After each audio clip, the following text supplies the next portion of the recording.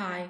வைஷாலியில ஒரு பிரபலமான ஒரு வேசி அம்ரபாலி வசிச்சு வந்தாங்க. அவ ரொம்ப அழகா இருந்தா. ஒரு நாள் அவ தன்னுடைய வீட்டோட மொட்டை மாடியில நின்னுட்டு இருந்தா. ஒரு இளம் புத்த துறவிய பார்த்தா. அவர்கிட்ட ஒரு பிச்சை பாத்திரம் மட்டும் இல்ல, இருப்பு, விழிப்புணர்வு எல்லாம் இருந்தது. அவரை பார்த்த உடனே அவ வேகமா போய், தயவு செஞ்சு என்னோட உணவை ஏத்துக்கோ அப்படின்னு சொல்றா. உணவு விலகினதுக்கு அப்புறம் இந்த அம்ரபாலி 3 நாளைக்கு அப்புறம் மழைக்காலம் தொடங்க போகுது. 4 மாதங்கள் எங்களோட வீட்டுல தங்குறதுக்கு நான் உங்களை அழைக்கிறேன் அப்படின்னு சொல்றா. மழைக்காலங்கள் வரும்போது புத்த துறவிகள் 4 மாசங்க எங்கேயும் நகர மாட்டாங்க. அவங்க ஒரே இடத்துலதான் தங்குவாங்க. இளம் துறவி என்னுடைய எஜமானர்ட்ட நான் கேட்கிறேன், அவர் அனுமதி கொடுத்தா நான் வர்றேன் அப்படின்னு சொல்லி பதில் சொல்றாரு. இளம் துறவி சபைக்குள்ள வர்றதுக்குள்ள மற்ற துறவிகள் எல்லாம் புத்தர்கிட்ட போய் இந்த இளம் துறவிய தடுத்து நிறுத்தணும். அமரபாலி தன்னுடைய வீட்டுல 4 மாசங்க அவங்கள தங்க சொல்லியிருக்கிறாங்க.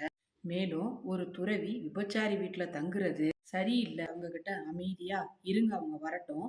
இளம் துறவி வந்த உடனே புத்தருடைய பாதங்களை தழுவி முழு கதையும் சொல்லிட்டாரு. ஒரு பெண் என்னை அழைச்சிருக்கிறாங்க, ஒரு வேசி, அவங்களுடைய வீட்டுல 4 மாசங்கள் என்ன தங்க சொல்லியிருக்கிறாங்க. ஒவ்வொரு துறவியும் எங்கேயாச்சிலும் யாராவது ஒருத்தர் வீட்டுல 4 மாசங்க தங்குவாங்க.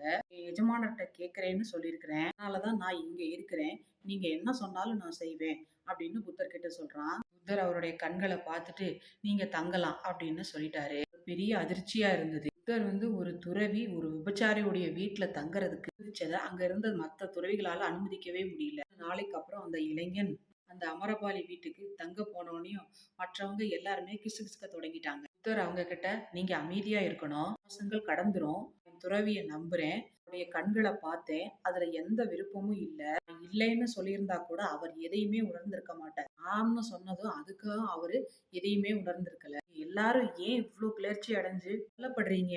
துறவியுடைய தியானம் ஆழமா இருந்தா அவரு அமரபாலிய மாற்றுவாரு.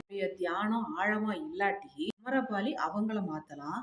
இப்போ தியானத்துக்கும் உடல் ஈர்ப்புக்கும் இடையிலான ஒரு கேள்வி. 4 மாசம் காத்திருங்க.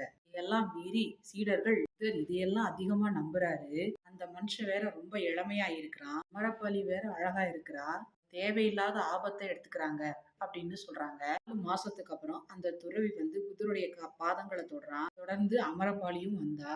புத்தருடைய பாதங்களை தொட்டு இந்த இளம் துறவிய மயக்க எல்லா முயற்சியும் பண்ணேன், ஆனா எதுவுமே பலன் இல்லை. ஆனா அதுக்கு பதிலா உண்மையான வாழ்க்கை காலடியில தான் இருக்குது அப்படிங்கிறத விழிப்புணர்வின் மூலம் என்ன நம்ப வச்சாரு.